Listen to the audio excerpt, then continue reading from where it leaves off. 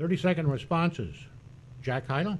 Mr. Terry advocated taxing more fairly and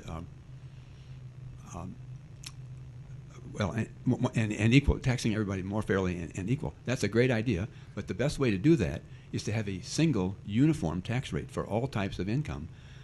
This is the fairest way of all, and the most equal way, and it makes things simple and transparent. It will bring the tax rate down as low as possible if we remove all deductions, ideally, and that's the best way to get the job done. Lee Terry?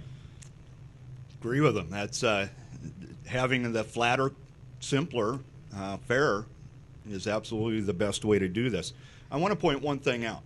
We talk about capital gains. What a lot of people don't know is if Obamacare is not repealed, there is a capital gains tax on all income or gains over $250,000. That's an additional 3.8 on top of the fact that the president wants to have it go back up to 25%. So there's a lot of issues within our tax code we need to deal with. Brett Lindstrom? Well, I think we can simplify the capital gains tax. Currently, right now, the long-term capital gains at 15%. If you're over a year, it's at your individual corporate tax rate. We have a lot of clients, or I have a lot of clients, who simply will not trade. In Omaha, we have people that have had Berkshire for 30-plus years that simply won't trade it because they have high capital gains tax. So I think if we lessen that, you're going to see a lot more turnover inside of people's accounts, and then generates more money for the federal government. Glenn Freeman? You notice the other three individuals here don't care anything about the 16th Amendment being unconstitutional. What Mr. Terry didn't tell you also is the way the Ryan plan, and he said that reflects his ideals, the way the Ryan plan makes up their money, and no one has told you this, they're going to raid the Railroad Retirement Fund. Oh, that's what they're going to do. They're going to raid that money. They're going to do that the same way they did Social Security. Same identical way. Next question. Obamacare has been referred to, and that's where we're going with this next question. And the order on it is Lee Terry, Brett Lindstrom, Glenn Freeman, and Jack Heidel. I assume, another assumption, that all of you believe the new health care law, Obamacare, should be repealed in its entirety. If that's done, some very popular provisions of that law would be eliminated. The right to have children covered through their parents' policy through age 26, gone. The provision that says you can no longer deny coverage because of a pre-existing condition, gone. If you keep just provisions like that, the fear is that health insurance rates will skyrocket for everybody. Are you willing to accept that outcome? If not, what is your alternative plan, Lee Terry? Well, thank you. And I had an alternative to Obamacare, and it modeled the federal employees' health care plan because it really has some great attributes to it, like choice. You get a booklet that says, here are your options. Then, based on your needs, you pick a plan. Also like that is, federal employee, government pays about 60% of the premium. Well, the same concept can be used, called premium support. So those of lower income can still have 100% of their premium paid like they do in Medicaid, and then a sliding scale. And then it's much more manageable, and it's still private sector, it's still competition. But I want to say one quick thing about Obamacare. If the Supreme Court just wipes out the mandate portion of this, we have a huge mess, because then you have pre-existing injuries that have to be covered with mandatory coverage. And so all you have to do is drive your car up the tree or the pole, and they have to cover you then. Brett Lindstrom. Well, if the Supreme Court does not overturn this, which I hope that they do in a 5-4 split or 6-3 split, I will work to repeal Obamacare. I think there's a couple different things that need to happen in replace of that. Portability. If you go to your certain employer, you like that model, you should be able to take that to your next employer. We've gotten so far away from the doctor-patient relationship, we need to get back to that. Now it's more of an insurance-doctor relationship. Those doctors and that patient can make the best decisions for themselves and their future. Going back to the pharmaceuticals, currently right now, Europe pays 1/10. Canada pays 1/6. We send our drugs and buy them back from Canada, and that's just not right. Glenn Freeman. Obamacare is unconstitutional. That's all they need to say. The entire thing is unconstitutional. Ladies and gentlemen, the only way to solve this problem is through competition. You may laugh at that, but let me tell you, every Sunday morning you get a paper, you look at it, and see how many automobiles are on sale. Just see that. And you can tell by that. You can take a choice. What has happened is you go to the hospital, you get there, they charge you $5 or $10 for a box of napkins. Maybe my wife doesn't want a box of napkins. So competition is the only way to resolve the issue of health care. Jack Heidel. I agree with Mr. Freeman on this one. The problem with Obamacare is that there's no cost control in it, and we need cost control. Healthcare in general, and not only Medicare and Medicaid, but healthcare in general is just extremely expensive and getting more expensive, of course, because people are living longer and medical science is improving and so on and so forth. So we've got to get healthcare in general, private healthcare, under control. The costs. Okay, the way to do this is to remove the tax exemption from employer-provided health care, and with an offsetting tax credit, because that way employees would have an incentive to hold down their own costs, and that's what is needed. 30-second responses. Lee Terry. Yeah, there's really not a response, but I do want to tell people that, boy, I fought pretty hard against Obamacare for a variety of different reasons. It didn't lower costs, but mostly it put government into the doctors' rooms with you, where government would help to me make the decisions, as we learned with the Catholic Church and the edict from the Obama administration. I have voted 3 times to repeal it. And if the Supreme Court doesn't do its job, then Congress has to take care of it. And I'm the only one up here that has the experience in fighting this. Brett Lindstrom. Certainly we need to be competitive. That's how the free market works, and so I'll work to do that.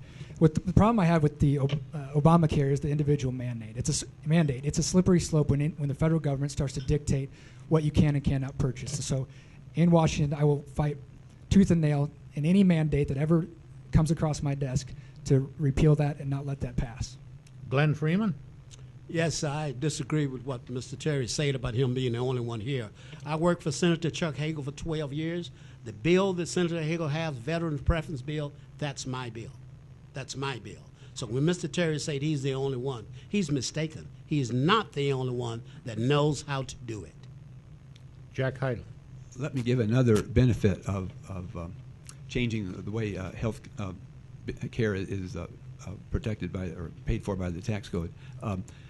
If we repeal the tax credit for health care, then everyone is treated equally. In other words, people who are self-employed will be treated equally to people who are employees of a company and are getting tax-free health care. And by this is not only more fair, but it will help entrepreneurs who are starting new businesses, because they will get the same benefit as everyone else. We're down to our last question here. I wish we had more time. So many candidates. We've got a lot of questions we have not been able to ask, unfortunately. Last question. The order is Brett Lindstrom, Glenn Freeman, Jack Heidel, and Lee Terry. The question is, what is your top priority if elected to Congress here in the 2nd District? Brett Lindstrom. Well, there's 3 things that I'd like to accomplish. One would be ending the debt and the spending, currently at 15.6% and climbing. Protecting Social Security for our retirees, people who are about to retire. Maintain that for future generations by getting it out of the general fund and protect it for the future generations. The third thing would be to reform the corporate tax code, currently at 35%. Like I said before, we need to be competitive globally.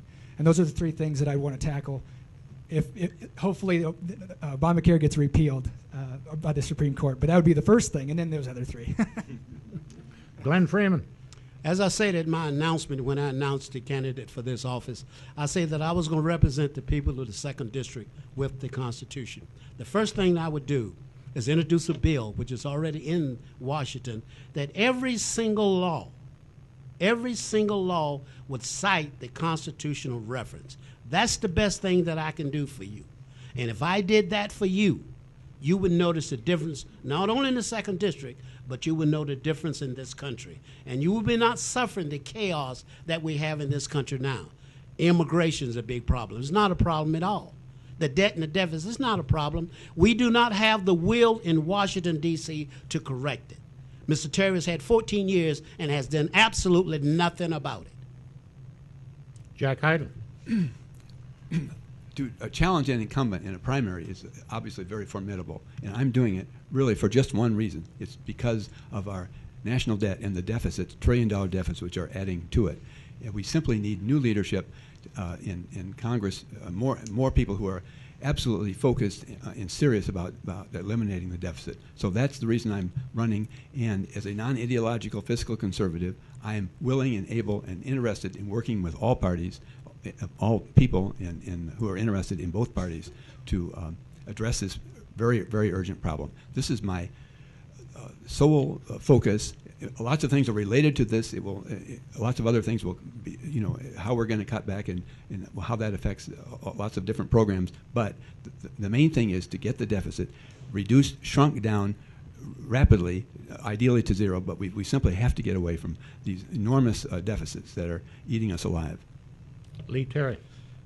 Thank you. My first, first of all, it would please Glenn to know that that bill was passed and it's in law, and that's what we do with every bill. That was passed the first month that Republicans in the House took back the House. I would like to quit spending money we don't have. That has to be our first priority. Secondly, we do need to make our tax code fairer and simpler, which will make our businesses more competitive globally. Having them grow will help our economy grow.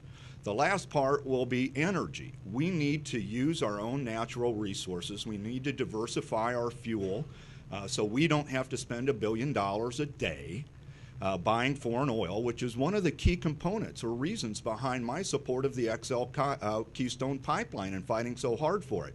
Mr. Lindstrom opposed that, and his press release sounded like it came from the Democratic Party. It was written by, I think, Bold, Nebraska, with all of their accusations. In fact, the president's Podesta sounded just like his press release on Keystone XL Pipeline. 30-second responses. Brett Lindstrom. My number one goal is to represent the Nebraskans. And I talked to a lot of farmers, I talked to a lot of ranchers who did not want that Keystone Pipeline running through the aquifer. It's one of our greatest natural resources in Nebraska. Now, what I did say is I did want the Trans-Canada Pipeline, but I wanted to reroute it around the aquifer. Trans-Canada has given you $1,000 in money. So I don't know. And if you looked at the original, it is the straightest line through the aquifer, which tells me that is the most cost-effective for Trans-Canada, not Nebraska. Glenn Freeman. Yes, and Mr. Terry continued to tout this XL pipeline, and all that was a political move. The Lincoln Journal-Star, January 20th, chastised him for getting involved in that. Mr. Terry has no part in that. Listen to me, the House of Representatives has no part. The President of the United States, through the Secretary of State, gives the license. The state gives permission. That's the way it works. Now, I want you to think about this also, and I'll hang around for a while, because I want you to think that you have a Congress when 56% of the people say they didn't want health care, but you got it anyway. Think about it. Jack Heidel. If we're going to eliminate the deficit, we've got to do two things. First of all, we have to cut spending, of course, to bring down expenses. Then we also we need to increase revenue. And the way we're going to increase revenue, the best way to do it is not with artificial deficit spending, but by reforming the tax code to have the lowest possible rate that will give businesses the incentive they need to expand and grow, and that will boost the economy and therefore bring in more tax revenue. So lower spending, increase revenue by stimulating business, stimulating the economy. That's the way to eliminate the deficit. Lee Terry. If we're going to have energy and energy independence, folks, we're going to need energy infrastructure. And let me read Mr. Lindstrom's press release that really does look like the Podesta memo. By the way, Podesta is President Obama's campaign manager. But just the last sentence is, and realize that pushing the Keystone XL pipeline is both bad policy and bad politics. If you've changed your position, then I'll accept that. I think that we need to make sure that oil stays here domestically. There's no guarantees in that Keystone Pipeline that it's going to be used domestically. Gentlemen, we're going to have to close it down. Round of applause for these candidates. Thank you very much. Appreciate it.